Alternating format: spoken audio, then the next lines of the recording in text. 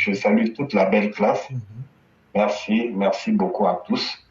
Notre cher papa Abderé nous a fait vraiment l'honneur de vraiment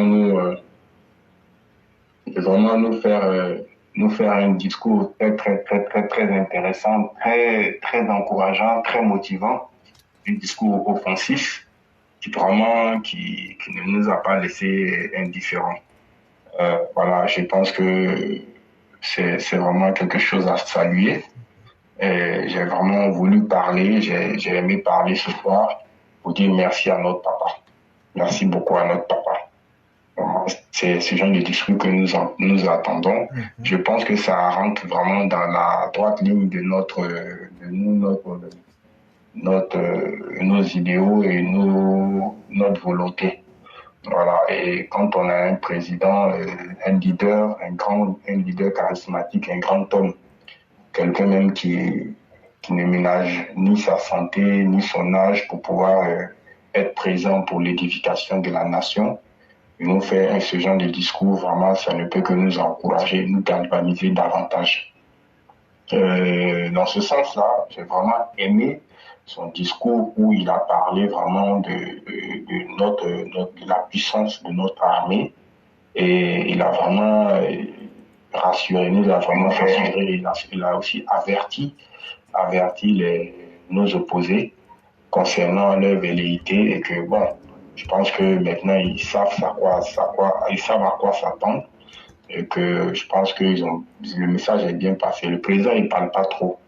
Et quand il parle, ça veut dire que vraiment tout ce qu'il dit a un sens est déjà bien calculé à l'avance. Donc c'est une très bonne chose. C'est une très bonne chose et ça fait vraiment plaisir et c'est très encourageant.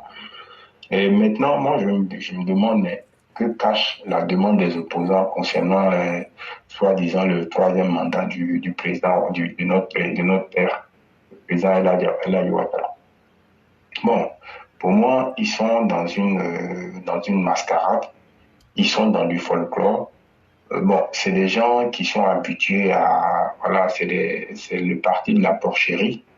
Et voilà, je vais m'éviter de définir un peu leur parti pour la pudeur face à nos auditeurs. Mais bon, voilà, je pense que pour moi, c'est le parti des parts. Bon, voilà, je vais dire que ça, le Côte d'Ivoire. Bon, ceux qui ont compris ont compris. C'est pas des hommes politiques, c'est pas des gens qui sont capables de créer des conditions de programmes politiques, créer des conditions vraiment d'émancipation des peuples de la Côte d'Ivoire. Regardez, depuis qu'on est là, on leur demande d'envoyer leur programme. Aucun programme. Ils sont dans du folklore. Vous voyez, c'est des gens qui profitent, et puis c'est des escrocs notoires, hein, qui profitent de ça pour s'enrichir. Et puis, mais c'est même pas s'enrichir. C'est-à-dire, ils se donnent une petite notoriété là, et puis voilà, ils s'en vont à la recherche des, des mamies, des mamans de 60 ans, 65, 70 ans, pour se faire un peu leur petite publicité. Et ces gens-là, ils peuvent rien apporter à la population ivoirienne. Voilà. Et c'est des gens vraiment, il faut ignorer. Il faut les garder à distance avec un œil bien ouvert parce qu'ils sont quand même assez nuisibles. C'est des gros cafards à vraiment écraser, même sans regret. Voilà un peu ce qu'ils sont. Donc voilà, pour moi, leur comportement vraiment, et même leur action politique même démontre même leur comportement même dans leur propre vie. Et nous ne pouvons rien attendre d'eux. En ce qui concerne les BRICS, je pense que ça me fait penser un peu au mouvement des non-alignés dans les années 60. Et vous voyez qu'aujourd'hui, l'histoire est définitivement c'est un cycle, hein, c'est un cycle et puis c'est un perpétuel de recommencement. Voilà, le mouvement des BRICS aujourd'hui me fait penser un peu au mouvement des non-alignés dans les années 60. Et au finish, c'est toujours le leader, l'empire américain qui a toujours gagné. Voilà. Et moi, je pense qu'aujourd'hui, la position qu'adopte notre président de la République est une très bonne position. Le président, il travaille avec tout le monde. Il travaille d'abord pour les intérêts de la Côte d'Ivoire et ça se voit au quotidien. Vous voyez, Le président, tout le monde connaît sa position sur la scène internationale. Voilà, c'est un pro-occidental et il assume cela. Mais il n'est fermé à aucun partenaire. Mais quand il s'agit de sa politique fondamentale, tout le monde sait que cette politique-là, c'est une politique occidentale, c'est un libéral, c'est quelqu'un qui a fait ses études et ses classes aux États-Unis, ça tout le monde le sait. Voilà. Et quand on voit un peu comment cette politique-là est menée, je pense qu'il y a quand même, il y a quand même quelque chose à saluer. C'est le travail à saluer. Vous voyez, quelle que soit la politique que nous allons prendre, il faut simplement travailler. Quelle que soit la politique que nous allons adopter, il faut travailler. Et c'est ça qui permet à la population d'évoluer, c'est ça qui permet au pays d'évoluer. Même les Russes, qui sont aujourd'hui en combat politique, combat militaire, combat idéologique avec les Américains, les Russes, ils pratiquent une politique économique libérale. C'est une politique économique libérale, peut-être on va dire avec plus de protectionnisme dans ce cas. Et surtout, moi, je ne cache pas qu'il y a certaines valeurs que j'aime chez eux, c'est les valeurs où ils essayent, tu vois, de garder d'éviter des comportements déviationnistes. Ils protègent un peu leur population face à une culture, je dirais même pas une culture, une acculturation des masses populaires avec leur protection face aux différents courants des déracinements et d'acculturation de leur population à travers le wokisme, les nouveaux débits que nous voyons à travers dans le monde occidental. Donc ça, par contre, c'est quelque chose que moi, j'apprécie beaucoup. Mais à part ça, qu'est-ce qu'ils font? Ils ne font que de l'économie libérale. Et idem avec les Chinois. Donc, sur ce plan-là, je pense que notre président est sur le bon chemin. Et il ne fait pas, le président Ouattara, ce qui est bien, il ne fait pas de propagande. J'ai été même agréablement surpris de son discours offensif hier.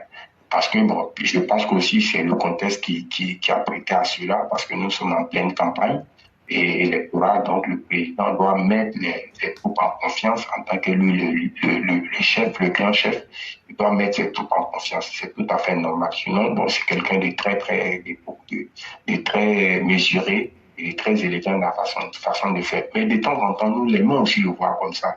Donc, c'est quelque chose à encourager. Et mon grand oncle, voilà, je vais dire aujourd'hui, nous sommes les élèves les plus heureux, nous sommes les IPV les plus heureux, nous sommes je dirais pas des cyberactivistes, mais nous sommes des éveilleurs de conscience aujourd'hui les plus heureux dans cette plateforme-là. Pourquoi sur cette plateforme-là? Pourquoi? Parce qu'aujourd'hui, même à travers le discours de mon grand frère Hams et du président, on comprend qu'aujourd'hui, j'avais l'impression que c'est toi, ou c'est Mère Blanc, ou c'est RP, ou c'est le roi, ou c'est, je sais pas, Cyclone, les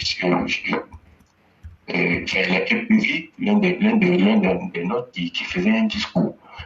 J'ai lu à travers le discours du président et les discours du président et de Hans, vraiment, ils sont vraiment en phase avec notre ligne éditoriale et surtout notre ligne politique. Et ça, c'est très bien. C'est vraiment un bon signe et je pense que c'est des choses à encourager.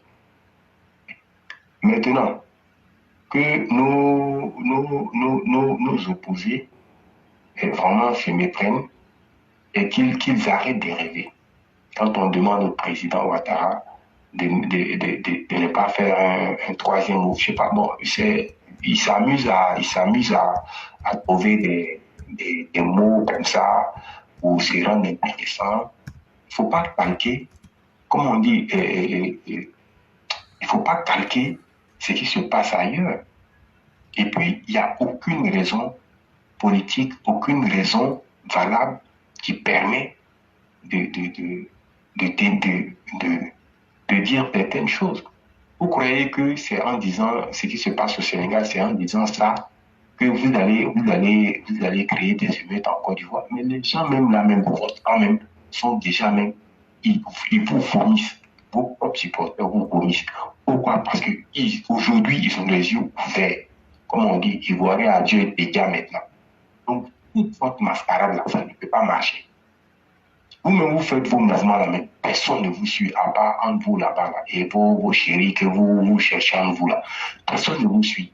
Vous devez comprendre que les mentalités ont changé. Grâce au réseau, grâce à la DDT, et surtout grâce au grand travail abattu par le président Ouattara et son gouvernement, aujourd'hui, tout le monde voit la réalité, à part ceux qui refusent de voir. On ne peut pas empêcher quelqu'un de voir ce qu'il n'a pas envie de voir. Sinon, là, vous voyez, parce que vous utilisez, vous empruntez les voies que notre père a payées, vous empruntez ces routes. Vous voyez les réalisations. Bientôt, dans le 3 août, vous allez, le nouveau pont qu'il a fait là, vous allez monter dessus. Là, même si vous n'aimez pas, c'est-à-dire les grêles là, ça va vous donner ulcère, ça va vous donner tension, ça va vous donner beaucoup de maladies, mais vous allez monter dessus. En gros, simplement pour dire que aujourd'hui, là, même vos partisans, là, quand ils s'asseyent et puis ils réfléchissent et disent non, écoutez, vous n'êtes pas obligé d'aimer le monsieur, mais il travaille. Et lui-même, là, il n'a même pas besoin d'être aimé. Il a sa jolie femme, avec ses jolis enfants, et ses jolis petits-enfants qui l'aiment. Il n'a pas besoin de l'amour de quelqu'un. On l'a dit ici plusieurs fois, mon grand-oncle l'a dit. Juge-le à travers ses actions. Voilà. Et c'est ça, c'est ça. Quand vous voyez même aujourd'hui le pays, vous êtes fiers. La côte de l'Abidjan qui ressemble à Malantan, ça fait plaisir. Ça fait plaisir, voyez. Donc, du coup, aujourd'hui, vous êtes vomis. Vous êtes vomis par vous-même, vos propres supporters. Nous, là même, n'en parlons pas. Nous, on vous a jamais même aimé, on vous a jamais calculé. Maintenant, de deux, vous n'êtes pas une opposition. Vous n'êtes pas une opposition. Vous ne valez que dalle. Vous n'êtes pas une opposition. Parce qu'une opposition, ça donne des idées. Ça donne des contre-idées allant dans le sens du développement du pays avec une autre alternative. Ici, on a le Parti socialiste, on a le parti de la droite, mais qui ont des idées qui ne vont pas dans le même sens.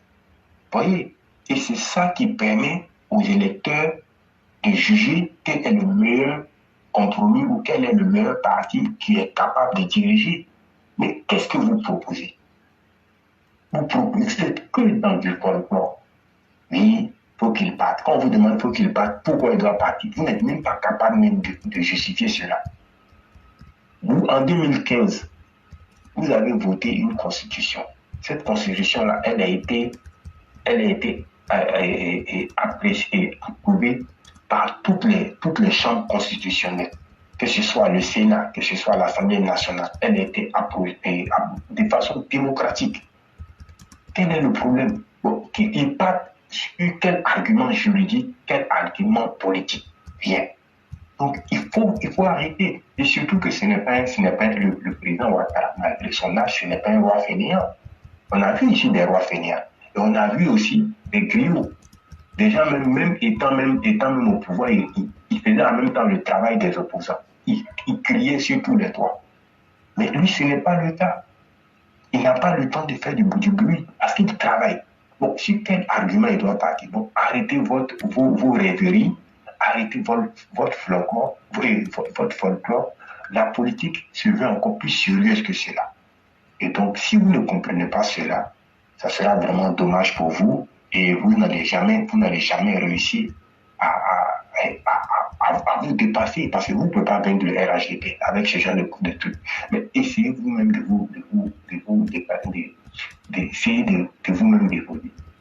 Maintenant, en ce qui concerne nos frères de la sous-région, moi j'encourage vraiment les Ghanéens et je leur dis merci face à l'action qu'ils ont posée. Vous voyez, quand on prend une décision, et non, quand tu prends une décision, assume-le jusqu'au bout. Il y a les frères de la sous-région, Mali et Burkina, qui ont décidé de prendre un chemin en toute liberté de conscience et ils ont décidé de gérer leur population autrement. Bon, il faut qu'ils aient quand même le courage d'accepter cette façon de faire-là et d'assumer leurs responsabilités. Donc, ils ne doivent pas se plaindre. Et ça, c'est un peu dommage qu'aujourd'hui, c'est d'autres pays qui sont dans une autre, dans une autre politique, qui soient obligés d'assumer votre manque de responsabilité. La dernière fois, je voyais des images au Mali, c'était de la saleté, de la saleté partout. Bon, si c'est votre façon de gérer votre pays, faites-le. Mais soyez quand même conséquent vis-à-vis de vous-même. Et malheureusement, ce n'est pas le cas. Donc, mon grand homme, je trouve ça un peu dommage. Et j'aimerais dire à nos frères africains, soyez lucides. Ne vous laissez pas tromper par le populisme. Ne vous laissez pas tromper par la haine de certains vendeurs d'illusions. Aujourd'hui, là, les personnes, les soi-disant panafricains, que nous on appelle ici les panafricains, sont en train de démasquer. Et Dieu merci par eux-mêmes leurs propres bons petits qui commencent à comprendre que ceux-là, ils ne peuvent rien apporter à part eux-mêmes chercher à se remplir les poches. Parce que quelqu'un qui se dit panafricain, qui insulte les Occidentaux, alors que lui-même, il n'est pas capable de s'affranchir même juridiquement de ces gens-là à travers les documents que ceux-là lui ont donnés. Des gens qui sont français, de par leur nationalité, ils ne sont pas capables de s'affranchir à travers, c'est-à-dire être en face de leurs propres convictions. On dit que nous on fait partie du monde libre, de l'axe du bien, et on est contre l'axe du mal. Et ça, on l'assume. Donc, on est en phase avec notre vision. On n'a pas dit que le monde dans lequel nous sommes est un monde parfait, mais c'est un choix que nous faisons, que nous essayons d'assumer. Mais faites-le de votre côté. Je veux parler de Kémy Séba, je veux parler de Nathalie. Mais vous choisissez un nouveau maître. Mais pourquoi quand l'ancien maître vous dit de ne pas rentrer chez lui, pourquoi vous pleurnichez? Ça veut dire que vous n'avez pas assez de courage pour assumer vos faits. Vous êtes là, vous avez d'autres ambitions, c'est de vous enrichir. Vous avez d'autres ambitions, c'est de profiter de la naïveté de certains Africains ou simplement faites votre petit commerce. Mais vous savez, la vérité finira toujours par triompher face au mensonge. Votre beau jeu là, il aura beau durer, un jour vous serez mis à nu comme des vers de terre. Vous serez mis à nu comme votre menton s'époux. Voilà un peu ce que je voulais dire. Mon grand oncle, juste un petit coup de cœur. Aujourd'hui, j'ai suivi un peu le sommet de l'ASEAN et j'ai été très fier de ce qui s'est passé à Jakarta en Indonésie. Je remercie le gouvernement indonésien. Je crois que le président s'appelle Widodo, quelque chose comme ça. Mais je suis très très fier de ce qu'ils ont fait. Ils ont fait porter des tissus indonésiens qu'on appelle le batik à tous les représentants politiques des grands pays qui étaient là-bas, qui se sont tous invités d'ailleurs. Il y avait les États-Unis, il y avait la Russie, bon, pour ne citer que ces deux grands-là. Et ça, vraiment, ça m'a fait plaisir. C'est un message qui est lancé à travers cela. Moi, j'aimerais voir un jour, pendant une grande conférence internationale, ces mêmes personnalités-là être habillées en kita, ou en tenue Yakuba, ou en tenue BT, ou en tenue Sénoufo. C'est une marque aussi, c'est une marque culturelle aussi, qui montre aussi que on peut aussi compter aussi sur notre propre culture s'imposer. Et c'est vraiment, j'invite tout le monde à aller voir, pour aller voir ça sur l'internet. C'était quelque chose, ok. C'était quelque chose excusez-moi, c'était quelque chose que j'ai vraiment aimé de le voir bien habillé comme ça. J'ai vu le secrétaire d'État américain, j'ai vu le ministre des Affaires étrangères, Lavrov, habillé en batik, c'était très beau. Et je demande aussi à nos dirigeants aussi de vraiment de faire la même chose lorsque nous recevons des grandes sommités. Il serait très, très, très, très beau aussi en Kita. Et ça va aussi ouvrir un peu, parce que ça, c'est, vous voyez, c'est quelque chose qui s'est passé et c'est tout le monde entier qui a vu ça. Et ça aussi, ça peut être aussi un débouché commercial pour nos artisans de aussi valoriser aussi, c'est aussi une façon de valoriser notre culture et faire la publicité de notre culture. C'est un pendant qui me tient à cœur et chaque fois que l'occasion se présente, je voudrais aussi en parler. Merci mon grand homme de m'avoir donné la parole. Maintenant, je vais juste terminer, si tu me permets. On a laissé parler des 52 parce que nous là, on a ce qu'on appelle la valeur de savoir gérer nos subalternes, nos subordonnés. Merci beaucoup, mon grand homme, j'en ai fini. C'est pas à moi, il faut dire ça. Il était là, il fallait lui dire ça. Mais il a compris. Parce que non, mon grand homme, c'est toi qui lui as donné la parole. Comme c'est toi qui as donné la parole, donc je te dis ça pour que tu comprennes que nous, on l'a laissé parce que c'est nos petits. Donc, on parler après, nous, on vient derrière. C'est pas mon frère le roi va. Mon frère le roi va. Frère Yann, tu sais que Bességalé n'est pas là, c'est pourquoi tu parles comme ça. C'est pourquoi il a parlé comme ça. Sinon, il a qu'à être là, il était là, il vous a maîtrisé comme de la manière le président a maîtrisé le verre de terre. Toi, tu lui as donné la parole. Si tu attends, tu peux revenir, on attend. Il a son cœur est coupé. Mais Yann, tu as dit quelque chose qui est ultra importante. Tu vois, prenons un exemple simple. Moi, j'organise la cérémonie de baptême de mon enfant. Le plat que je peux préparer, c'est ça que je vais préparer.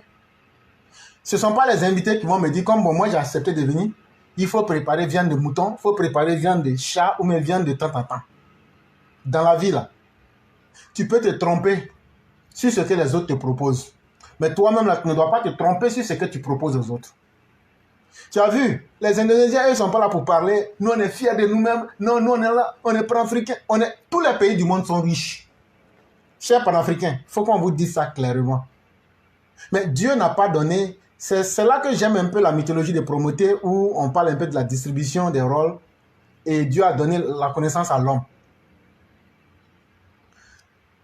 Voyez-vous, prenons un pays comme la France. Peut-être qu'ils n'ont pas les minéraux que l'Afrique a, mais ils ont la connaissance. Prenez des pays qui n'ont ni la connaissance, ni les matières premières. Dieu leur donne la capacité humaine en force de travail. Voyez-vous, montrez-moi un seul homme au monde qui peut dire, lui, Dieu lui a tout donné. Si vous arrivez à me prouver qu'il y a quelqu'un sur cette terre-là, Dieu lui a tout donné, lui, il est autosuffisant, il est indépendant là, c'est que l'Afrique est le continent le plus riche. Chers panafricains, je vous mets au défi sur n'importe quel plateau. Je vais vous démontrer par un cours magistral et faire sur ça par un travail dirigé que l'Afrique n'est pas le continent le plus riche que les gens veulent vous faire croire. C'est un discours de travesti pour vous blaguer et vous conforter dans la tromperie qu'ils veulent vous vendre. L'Afrique est un continent comme tous les autres. L'Afrique n'a pas plus de pétrole que les États-Unis. L'Afrique seule n'a pas plus de pétrole que l'Arabie Saoudite. L'Afrique n'a pas plus de réserves d'or que tout autre continent. Chacun a ce qu'il mérite. Maintenant, c'est comment utiliser cela qui pose problème. De la même manière que les autres ont besoin de notre or là, nous aussi on a besoin de leur connaissance. Ça doit être du donnant-donnant. Mais comme nous-mêmes les Africains, les Noirs ne se respectent pas, on n'est pas encore rentré dans l'humanité. On accepte que tout le monde vienne profiter de nous. Et on est là pour parler, nous, nos gueules pour parler, nos gueules, nos qu'on ne lave même pas là. Mais les vrais garçons qui ont compris, quand tu sais accepter les faits, même quand tu as tort là, quand tu dis j'ai tort là, les gens t'écoutent. Quand tu es faible là, ce n'est pas là le problème. Mais c'est demeurer dans la faiblesse qui est le problème. Parce que quand tu as top l'attitude qui va te faire demeurer dans la faiblesse là, tu te justifies toi-même. On est fait parce que les autres nous attaquent. On est fait parce qu'il n'y a pas d'élection chez nous. On est fait parce qu'ils ont imposé le président. On est fait parce qu'il a plus haut. On est fait parce qu'il n'a pas plus haut. C'est parce qu'on ne vaut rien. Le jour qu'on va vouloir travailler là, on va faire comme l'Indonésie. Au lieu de parler pour crier, non, les Blancs sont venus chez nous, ils ne portent pas nos habits là. Tu organises ta fête. Tu dis, bon, tous ceux qui vont venir à ma fête là, c'est le Boubou Yacouba que vous allez porter. Il n'y a pas deux. C'est Boubou Yacouba. Si tu n'as pas ça, là, frère, il ne faut pas venir. Ou bien, les femmes, vous venez en kita. Les hommes, n'importe quel type de boubou. Ça peut être boubou, ouais. Ça peut être boubou Yacouba. Ça peut être boubou Malinké. Ça peut être boubou en Bogolan. surtout en pagne africain, quel que soit la... Celui qui veut venir, il va venir. Voilà, une petite méthode pour faire valoriser nos artisans. Ceux qui lancent les... Il y a des gens qui font les pagnes africains là. Voilà une méthode pour les faire gagner. Les blancs vont venir, vont copier. C'est en donnant envie aux autres de ce qu'on est là que les autres peuvent essayer de nous copier. Ce n'est pas en criant. Surtout avec des têtes d'œufs qui se promènent sur la toile, se pensant intellectuels. Maintenant que tu as rencontré des garçons comme nous là, il faut venir, on va discuter. Devant tout le monde. Parce que c'est ça le drame de l'internet. Les idiots et les ratés de la vie comme Semi Keba, Nathalie Yam, Frankie de Bamenda et bien d'autres ont fini par se donner des positions en pensant qu'ils sont des intellectuels, qu'ils sont des savants, qu'ils sont même des doctes. Il n'y a pas de problème. Bon, nous qui ne connaissons rien là, on dit que nous on se sent prêt à discuter avec vous. Mais maintenant venez, on va discuter. Et puis vous nous collez la honte devant tout le monde. Et on prend des sujets que vous-même vous souhaiteriez. On va, comme vous êtes là, c'est l'Afrique qui est le plus riche là. On va vous démontrer que l'Afrique n'est pas le plus riche des continents. Un continent qui n'a pas de potentiel humain et qui n'utilise pas l'intelligence de son continent est le dernier des continents. Je vais vous démontrer ça. Tu peux être dans une maison en or, mais si tu ne sais pas comment tu vas utiliser cet or-là, tu es l'homme le plus pauvre de la terre. C'est de cela qu'il est question. Mais tu peux être l'homme le plus misérable. Mais ce que tu as, même quand c'est de la boue, quand tu sais valoriser là, tu deviens mieux que quelqu'un qui dort dans une maison en diamant, mais qui ne sait ce qu'il faire avec. C'est ça le problème de l'Afrique. Mesdames et messieurs, on va passer au roi du printemps. Bonsoir le roi du printemps. Attends, excuse-moi. Ok. Si tu prends 2 secondes, s'il te plaît. Tu as dit 2 secondes. 1, 2, c'est fini. Il faut partir. Bon, donne-moi une minute. Non, Franck, il n'y a pas de problème. Je m'excuse auprès du roi. En fait, tu vois, le batik, là, avant que les Hollandais ne viennent faire leur pagne hollandais ou leur pagne qu'on appelle aujourd'hui le pagne africain. Donc, ils ont essayé ça d'abord en Indonésie. Parce que l'Indonésie, c'était une colonie anglaise. Donc, ils ont voulu imposer ça là-bas. Ça n'a pas marché. Et du coup, ils se sont rabattus sur le continent africain en finançant vraiment avec massivement pendant les fêtes, tu sais à l'époque, les fêtes d'indépendance qu'on faisait. Et ils ont vraiment misé beaucoup d'argent dessus. Il y avait même des grandes fêtes où les grandes fêtes, tu sais, dans les grandes régions comme ça, il y avait des danseuses traditionnelles, tout et tout. Et on voyait des grands défilés où des femmes portaient ces pagnes-là. Et tout doucement, comme ça, avec beaucoup de corruption de nos élites, ils ont démantelé les usines qui faisaient le pagne et le fil tissé de coton que nos mères faisaient. Donc, voilà comment est-ce qu'ils ont pu, à travers la corruption de nos élites, imposer le pagne hollandais en nous faisant croire que les dessins-là sont les symboles de notre tradition africaine à travers les pagnes. Voilà comment petit à petit, ce pagne-là, nous l'avons adopté. Moi, je ne suis pas contre qu'on l'ait adopté, parce que bon, c'est un travail d'intelligence. C'est pour simplement dire quoi? Tu peux avoir la matière première, mais la matière première naturelle, mais quand toi-même, ton cerveau ne peut pas apporter une matière ajoutée, tu n'es pas développé. Donc souvent, quand je vois les frères de la sous-région présenter, oui, ils disent, oui, ils ont présenté dernièrement du manganèse au port de Lomé, que oui, c'est le manganèse qui provient du Mali, qui va être vendu, que ça a commencé depuis quelle année. J'ai dit, mais le manganèse là, même si on te donne là, toi tu vas croire que c'est caillou, tu vas chercher à tuer oiseau avec. Parce que tu n'as pas cette connaissance-là. Et un pays développé, c'est pas par un pays riche, c'est pas par la richesse de son sous-sol. Sinon, la France ne serait pas un pays riche. C'est le savoir-faire des êtres humains qui vivent dans ce pays-là, qui donnent une plus-value à ce pays-là, qui rend le pays moderne. Sinon, les Coréens, ils n'ont pas de matière première en tant que telle. Mais ils se sont assis, ils ont réfléchi sur la problématique de leur situation en tant que pays pauvre et ils ont misé sur l'humain, rendre leurs enfants intelligents, créer des génies mathématiciens. Ils se sont assis, ils ont réfléchi, ils ont appelé tous les grands éducateurs, tous les spécialistes de la petite enfance, comment faire émerger une nouvelle élite à travers l'amour des mathématiques. Il y a la méthode de Hong Kong à travers les mathématiques. Pourquoi? Parce que les enfants n'aimaient pas les mathématiques. Et qu'est-ce qu'ils ont fait? Ils ont essayé de créer une certaine technique de mathématiques assez ludique pour créer les conditions pour que les enfants là aujourd'hui, mais ils te font des opérations mathématiques à travers comme si c'était un jeu d'enfant. Il y a beaucoup de méthodes. Il y a la méthode Maria Montessori. Donc, moi, je pense que nous, notre génération, on ne va pas dire qu'elle est foutue, mais nous devons quand même pouvoir aujourd'hui créer d'autres conditions, créer d'autres méthodes, d'autres techniques d'études et d'éducation pour que nos enfants ne soient pas comme nous. Vous voyez, créer d'autres conditions. Et c'est possible. Mais ne restons pas là à faire du coller-copier et à toujours faire du populisme creux, sans sens et vide de sens. Travaillons et revoyons nos méthodes de travail. Essayons d'adapter ce développement-là à nos propres réalités. Merci beaucoup. Merci beaucoup, le grand maître Yann. Merci pour cette clarification-là. En réalité, les idées véhiculées par les soi-disant panafricains, chers parents, ne soyez pas frustrés. Ils ne sont pas plus panafricains que vous. Vous qui n'avez jamais eu d'autre passeport que le passeport africain.